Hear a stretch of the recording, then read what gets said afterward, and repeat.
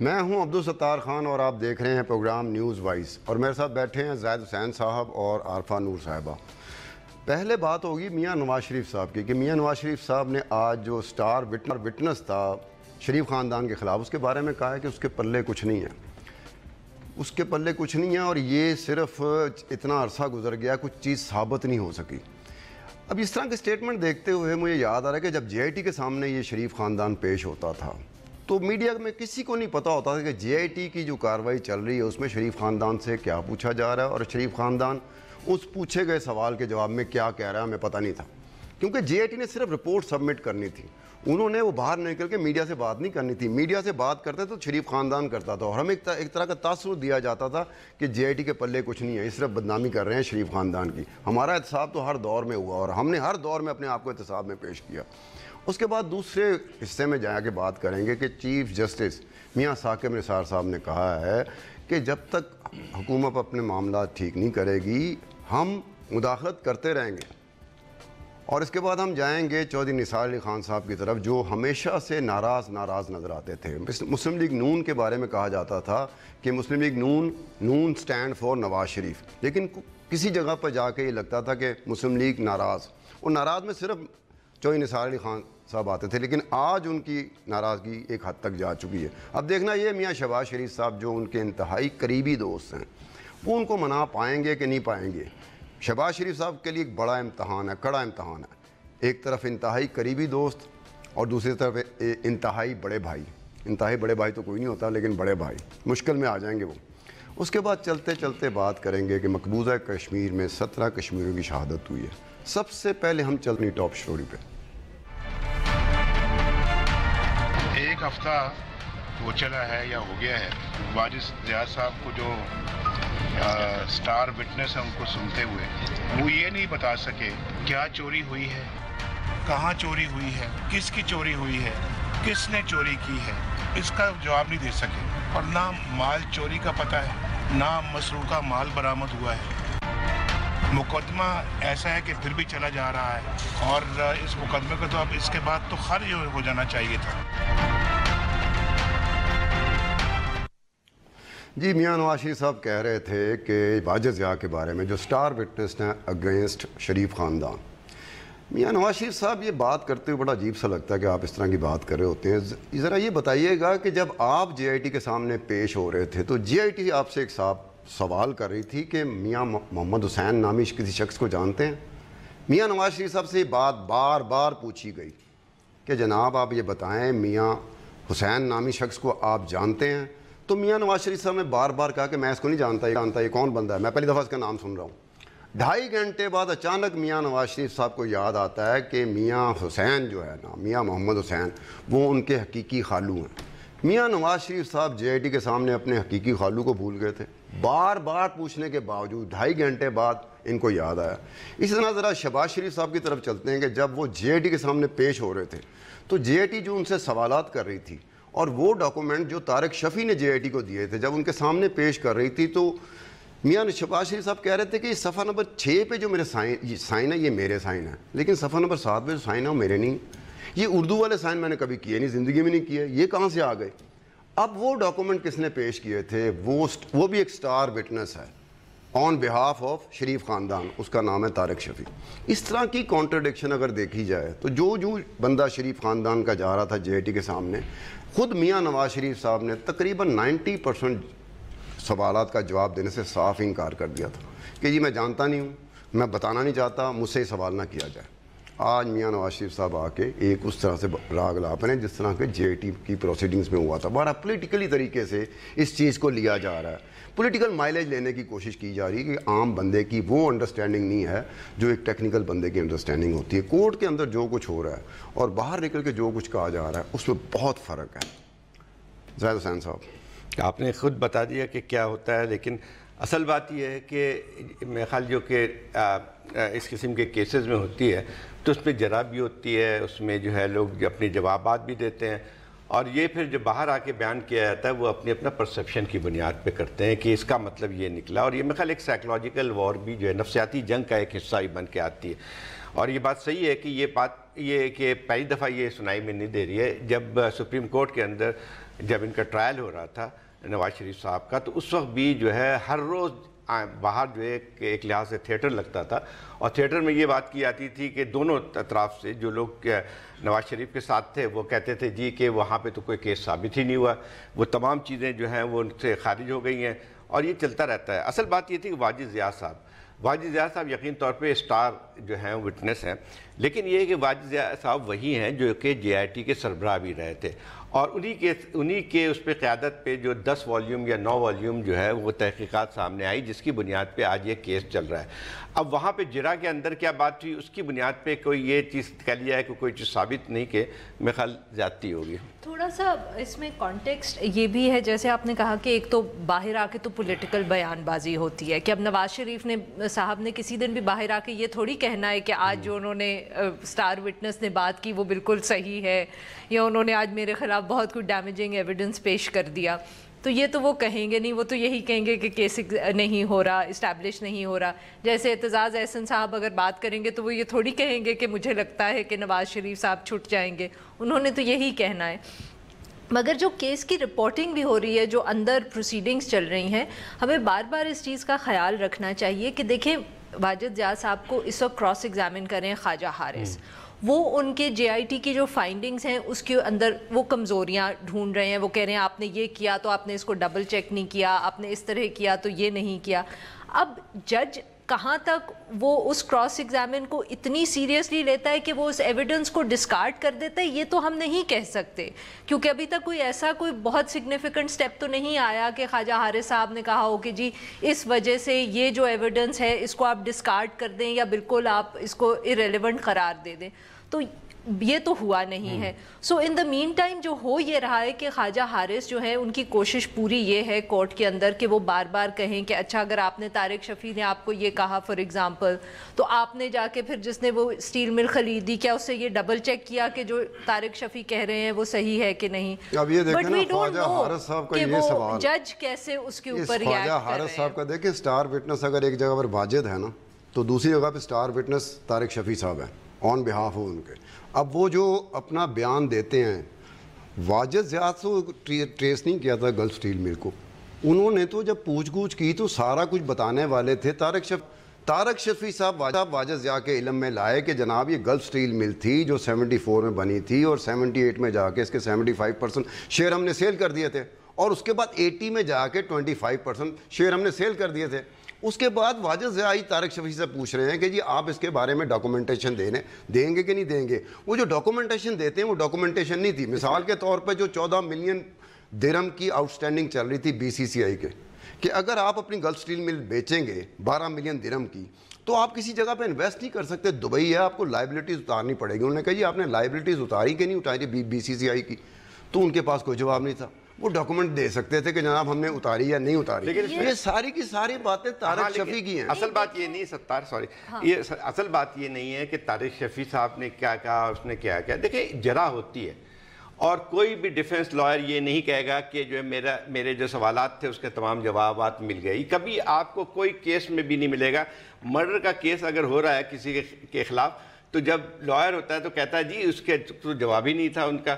تو اصل میں نواز شریف صاحب کو چاہیے کہ ذرا انتظار کر لیں، میں خود ان کو بیانات نہیں دینے چاہیے۔ مجھے تو یہ لگتا ہے کہ ٹھیک ہے ان کے صاحب ان سے زیادہ خواجہ حارث صاحب کو چاہیے کہ وہ جب سوال کرتے ہیں، جب وہ جرا کر رہے ہیں تو وہ ایک ایسا سوال کر رہے ہیں کہ جناب یہ بتائیں یہ گلف اسٹیل مل کا قیام آپ کو کیسے پتہ چلا آیا تھا؟ لیکن کیا اس کا تعلق کیا وہ یہ میاں نواز شریف جس کا آپ نام لے رہے ہیں وہ وہی میاں نواز شریف صاحب ہیں جو سامنے کھڑے ہیں؟ اصل بات دیکھیں یہ میں ایک بات کہہ رہا ہوں، نہیں وہ بات صحیح ہے۔ خواجہ حارث کا تو کام ہی یہ ہے نا کہ وہ واجد ضیاء صاحب جو بھی کہیں گے اس کو وہ ان کی کوشش یہ ہوگی کہ وہ لگے کہ انہوں نے کافی ہوم ورک نہیں کیا، اور یہ بھی مت بھولیں کہ جے آئی ٹی کی رپورٹ جو ہے وہ جلدی میں بھی بنی ہے۔ جب یہ سوال کیا گیا حارث نہیں تو خواجہ حارث نے تو اپنا کیس پلیڈ کرنا ہے نا، تو وہ واجد ضیاء کو وہ تو یہی کریں گے۔ ایشو یہ ہے کہ نواز شریف صاحب جب باہر آئیں گے تو وہ بھی آبویسلی یہی کہیں گے کہ کیس اسٹیبلش نہیں ہوا۔ کورٹ کے اندر میڈیا تو بیٹھا ہے نا، نہیں وہ کیسے نہ بیانات دینا ظاہر صاحب، اب انہوں نے بھی تو اپنا ایک پولیٹیکل کیس لڑنا ہے۔ موجود ہے، طلال بھی موجود ہے، وہ بیچارے تو آج کل سپریم کورٹ میں دونوں بہت مصروف ہے نا۔ دیکھیں کافی خاموش بھی ہو گئے. ان کے پاس وقت دیکھیں نہیں جب ہے. آپ اپنا وٹنس کراس ایگزامن کر رہے ہوتے ہو اور آپ چاہ رہے ہیں کہ آپ اس کو اس پوزیشن پہ لے آئیں کہ اس کی باڈی لینگویج بتا رہی ہو, جو کورٹ پروسیڈنگ دیکھ رہے ہوتے ہیں نا, انہوں نے دیکھا کہ واجد ضیاء نے 2-3 سوالوں پہ مسکرائے ہیں اور انہوں نے کہا پانی پلاؤ. یا اب یہ کیا تھا, یا تو آپ ایسے امبیرس کریں کہ وہ اس کی آواز لڑکھڑا جائے, اس کی بات نہ نکل رہی ہو. لیکن اس طرح ہوتا ہے, ایک آپ اس طرح کرتے ہیں اور یہ بات ساری چیزیں جو ہے نا یہ تو ہمیں انٹرسٹ کرتی ہیں ایز لے پیپل کہ کوئی نروس ہو گیا یا نہیں ہو گیا. بات تو ایونچولی یہ ہے کہ اینڈ میں فیصلہ کرنا ہے جج نے, اور وہ شاید باڈی لینگویج پہ جائے یا نہ جائے, وہ اس کو کس چیز کو دیکھے نہ دیکھے, یہ اس کا فیصلہ ہے. اس کے اوپر ہم زیادہ سے زیادہ گیس ورک کر سکتے ہیں کہ جیسے پینما کا بھی جو ڈیسیجن آیا ایونچولی تو وہ اقامے پہ آیا نا. وہ باقی چیزیں جس پہ ہم لوگ شور ڈالتے رہے, میڈیا شور ڈالتا رہا کہ منی ٹریل نہیں آئی, یہ نہیں ہوا, وہ نہیں ہوا, اس پہ تو انہوں نے فیصلہ نہیں کیا, وہ تو انہوں نے نیب میں بھیج دیا. انہوں نے ڈسکوالیفیکیشن 3 ججز نے تو کی اقامے پہ. تو کہنے کا مقصد صرف یہ ہے کہ ہم ججز کس طرح اس کو جج کرتے ہیں, یہ شاید ہمارے لیے گیس کرنا ہمارے سامنے پہلے بھی تھا. جے آئی ٹی کے معاملے میں تھا کہ جو کچھ کہا گیا, جب جے آئی ٹی کی رپورٹ گئی سپریم کورٹ میں سبمٹ ہوئی, تو جب ہم نے پڑھا تو ہمارے انہی کے سٹیٹمنٹ, شریف خاندان کے سٹیٹمنٹ ہمیں کیا لگ رہے تھے کہ یار یہ کیا کہہ رہے تھے, رپورٹ کچھ اور آ گئی ہے, اس کو وہ ریپیٹ کر رہے ہیں. ان کو تو اوائڈ کرنا چاہیے. وہ کہتے ہیں کیس میں کچھ آئے. واجد ضیاء تو اس وقت بھی نہیں بولا تھا, آج بھی نہیں بول رہا. دیکھیں وہ نہیں بول سکتا. یا تو آپ کہنے نا کہ پروسیکیوٹر کے تھرو اور ڈیفینس کاؤنسل کے تھرو دونوں باہر آ کے میڈیا سے خطاب کریں. جے آئی ٹی کی رپورٹ جو تھی, جے آئی ٹی میں جو تھی اس میں جرا نہیں ہوتی تھی. جے آئی ٹی جو ہے ایک لحاظ سے, میں یہ بات ہی نہیں کہہ رہا, میں کہا سٹیٹمنٹ جو شریف خاندان دیتا تھا, واجد ضیاء اینڈ کمپنی خاموش رہتے تھے. دیکھیں بات سنیں, جے آئی ٹی کا کام صرف ایک محدود تھا. جے آئی ٹی کا کام یہ تھا کہ اس پہ جو چارجز ہیں اس کی انویسٹیگیشن کر کے اپنی رپورٹ جو ہے سپریم کورٹ کو دے دے. اب مسئلہ یہ آتا ہے کہ صرف وہاں پہ جو چیز ہو رہی تھی وہ یہ تھی کہ جن کے نام تھے, جن کے خلاف الزامات تھے, ان سے صرف بیانات لیے جا رہے تھے. اب اسی بیانات پہ جو ہے اگر جرا ہوتی ہے تو یہ تو آپ کا پرسپشن ہے کہ جو ان کے پاس جواب نہیں. لیکن اگر جے آئی ٹی میں تمام آ گئی ہیں, تمام تحقیقات کی ہیں, تحقیقات کرنے کے بعد اور وہ واجد ضیاء صاحب کی سرکردگی, میں کیا کہہ رہا ہوں کہ اس وقت جے آئی ٹی کوئی سٹیٹمنٹ نہیں دے رہی تھی, نہ سٹیٹمنٹ دے سکتی تھی. اب بھی واجد ضیاء کوئی سٹیٹمنٹ نہیں دے رہے. تو آپ ایک پارٹی نکلتی ہے, ایک فریق نکلتا ہے, وہ سیاسی طور پر. لیکن جے آئی ٹی میں اور اب میں فرق ہے, کیونکہ جے آئی ٹی کے جو پروسیڈنگز تھیں وہ تو وہ ان کیمرہ ہو رہی تھی نا, وہاں تو اس وقت کوئی میڈیا بیٹھا ہوا ہے تو رپورٹ کیسا ہوگا, جرنلسٹ نہیں تھے. اس وقت تو یہ حال ہے کہ کورٹ روم کے اندر خواجہ حارث جا کے پیچھے ایک پوری لائن صحافیوں کی لگی ہوتی ہے اور وہ ایک ایک چیز نوٹ کر رہے ہوتے ہیں. سو اس کے اندر پرابلم یہ ہے میڈیا جو ہے نا بڑی بری طرح تقسیم ہے. میڈیا تقسیم ہے, جو اندر کی پروسیڈنگ ایک دو دفعہ دیکھی ہے. کیس جو ہے وہ بہت ایک ٹیکنیکل کیس ہے. This is a case of white collar crime. یہ اتنا آسان نہیں ہوتا, اور اس کے اوپر ہم لوگ جو وہاں بیٹھے دیکھ رہے ہیں, صحافی خاص طور پہ, ہمیں نہیں شاید اتنا اندازہ کہ ایویڈنس کیا, کس طرح, اور ٹیکنیکل چیزیں کیا ہوتی ہیں. تو اس کی جو کوریج ہے وہ بہت پولیٹیسائز ہو گئی ہے, اور ہمیں یہ دماغ میں رکھنا چاہیے. میڈیا برادری جو ہے اس میں سے کسی کو وہ انڈرسٹینڈنگ نہیں جو جے آئی ٹی کر رہی تھی یا جو انویسٹیگیشن کر رہی تھی, یہ بھی نہیں. کچھ لوگوں کی زندگی گزر گئی اس کام کے لیے, اور وہ جو انویسٹیگیشن ہو رہی ہوتی ہے اس انویسٹیگیشن کو بھی کچھ انڈرسٹینڈنگ کچھ لوگوں کو تو ہے نا. اب ساروں کے نہیں ہیں, آپ لے مین کی طرح کرتے ہیں. بتائیں یہ جو سٹار وٹنس ہے طارق شفیع صاحب, اگر اس کیس میں کچھ ہوا تو اس کی تمام تر ذمہ داری طارق شفیع صاحب پہ جائے گی. اور طارق شفیع صاحب کو جو ڈاکومنٹیشن پرووائڈ کی گئی تھی وہ ساری کی ساری شریف خاندان کی طرف سے پرووائڈ کی گئی تھی. اس حصے میں میرے خیال ہمارا ٹائم اب ختم ہو گیا. ہم دوسرے حصے میں جائیں گے. چیف جسٹس صاحب کہہ رہے ہیں کہ انٹروینشن جاری رہے گی اگر ریاستی یا سرکاری ادارے کام نہیں کریں گے تو.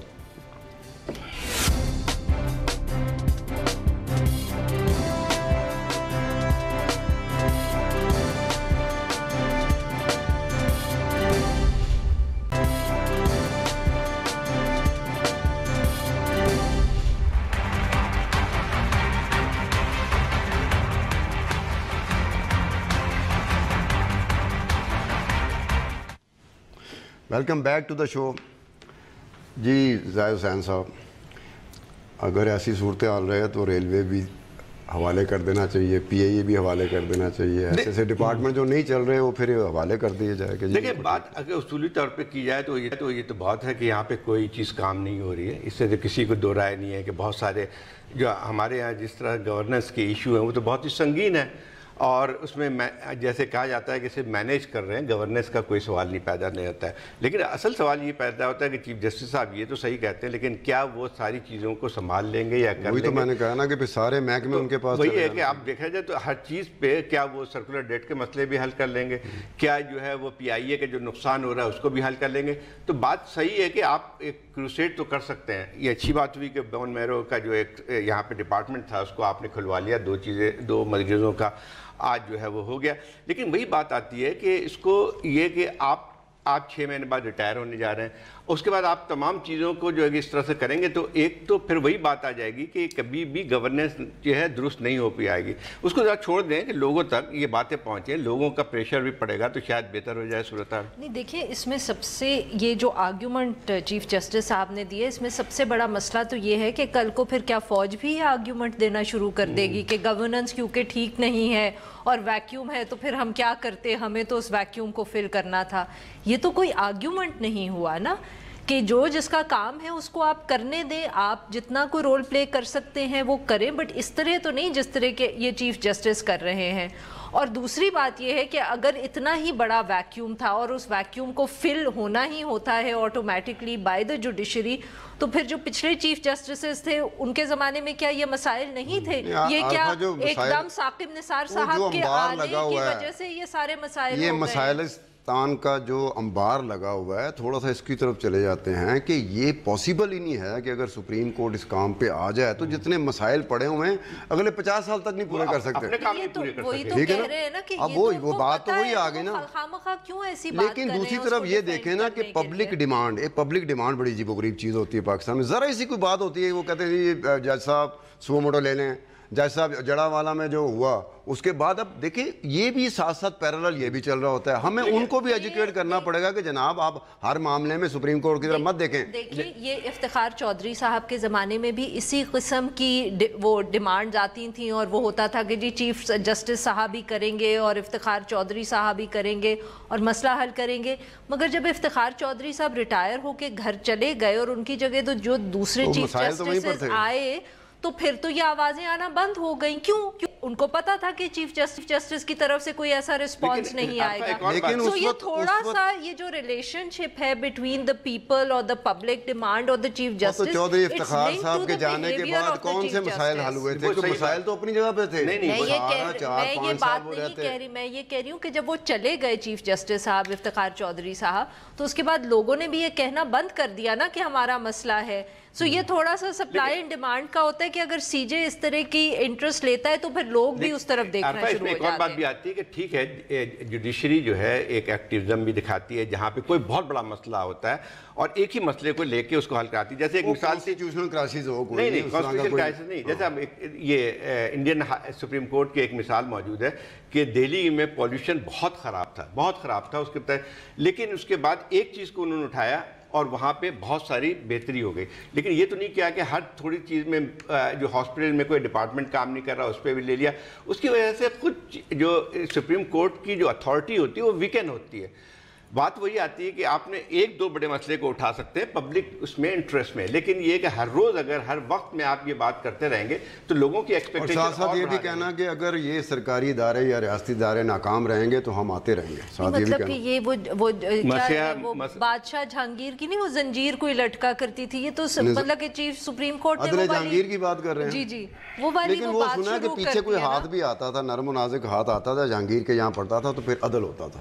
اب یہاں نہیں پتا کہ وہ نرم و نازک ہاتھ ہے کہ نہیں ہے، تاریخ تو وہی بتاتی ہے. یہ ہے کہ یہ جو طریقہ ہے نا حکومت کرنے کا، گورن کرنے کا یا جسٹس دینے کا کہ ہر چیز میں آپ خود پڑھیں گے، اس طرح نہیں ہوتا. حکومت کو بھی سسٹم ٹھیک کرنا ہے اور اسی طرح چیف جسٹس کو بھی اگر کرنا ہے تو جوڈیشل سسٹم کو ٹھیک کرے. ہر چیز میں پانی سے لے کے بجلی سے لے کے وہ ادھر مت پڑیں، بیکاز وی نو کہ جب افتخار چودھری صاحب نے یہ کرنے کی کوشش کی تھی، یاد ہے چینی قیمت تک انہوں نے سیٹ کرنے کی کوشش کی تھی اور اس کی وجہ سے پھر بہت امبیرسمنٹ کوئی مسئلہ کوئی بھی کیس جتنے سو موٹو نوٹس لیے تھے کوئی بھی کنکلوژن تک نہیں پہنچا. اس میں پھر یہی آتی ہے کہ آپ خود ایکسپیکٹیشن بڑھا رہے ہیں.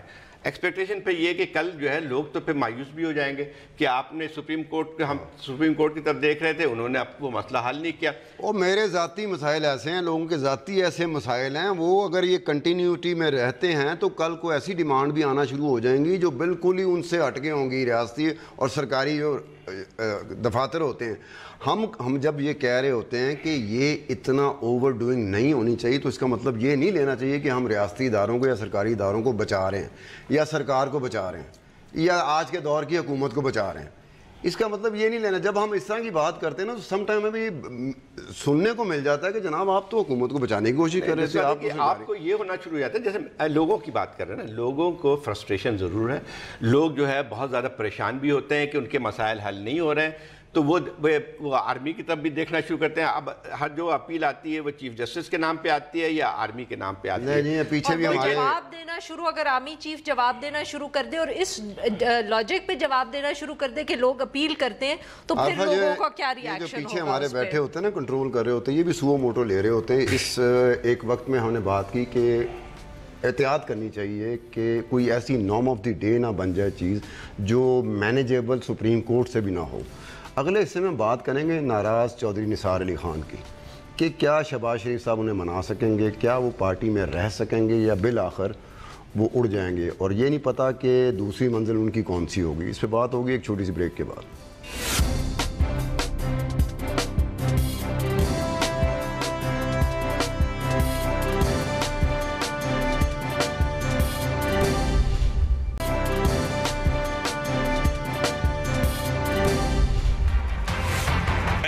پارٹی کے درمیان جو معاملات ہیں وہ ہم پارٹی کے اندر طے کریں گے.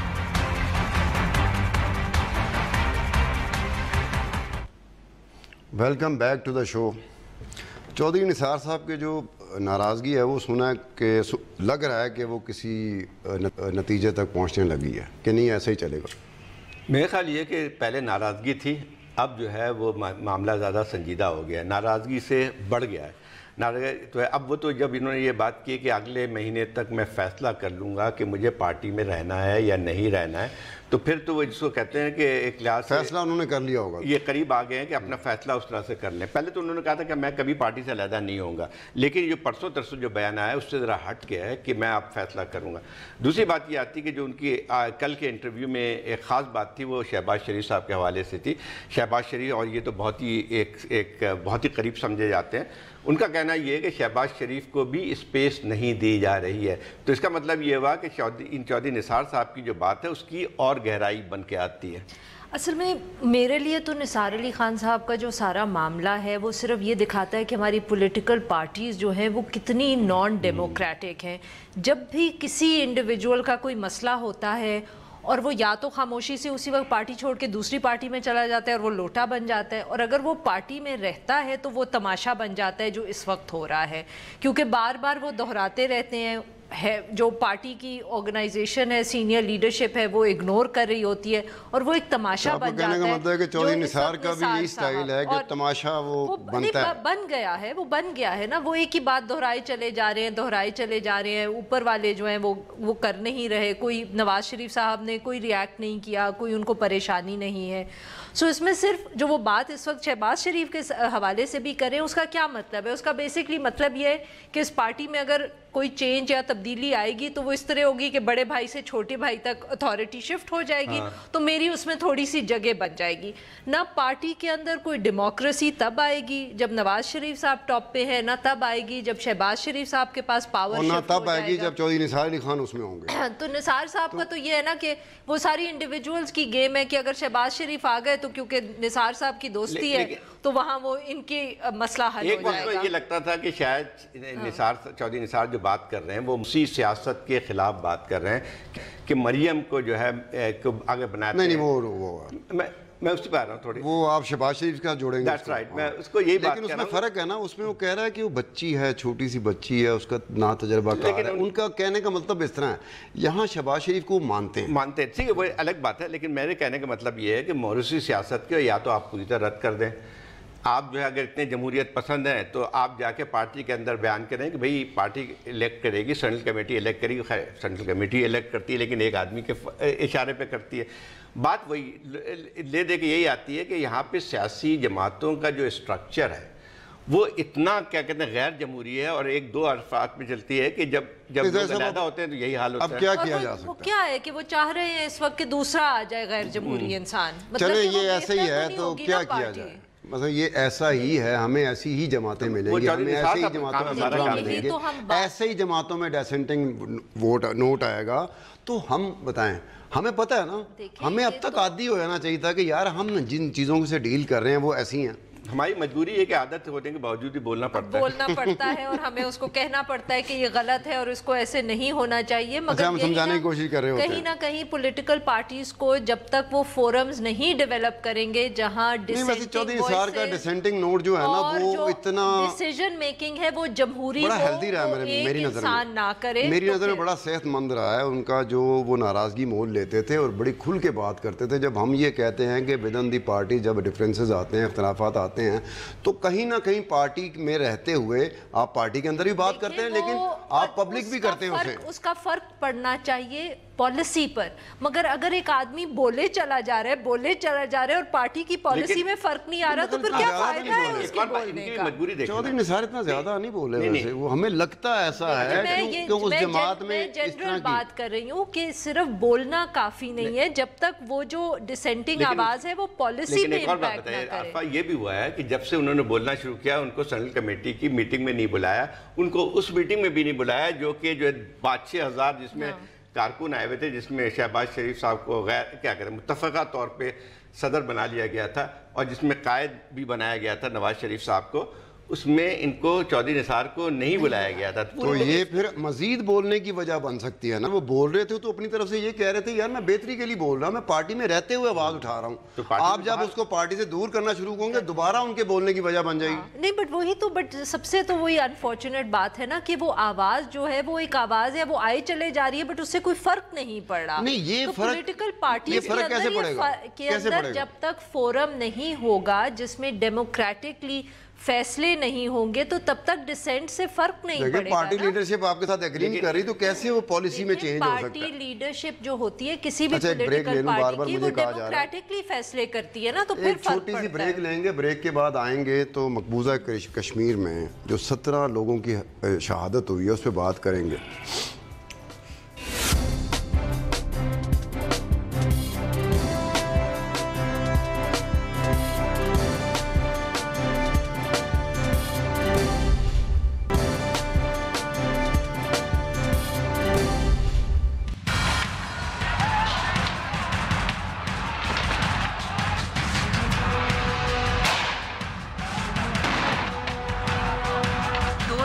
کے اندر 20 سے زیادہ شہادتیں مل گئی ہیں، ہمیں باڈی بیگز مل رہے ہیں اور وہاں پہ کوہرام مچا ہوا ہے مقبوضہ کشمیر کے اندر۔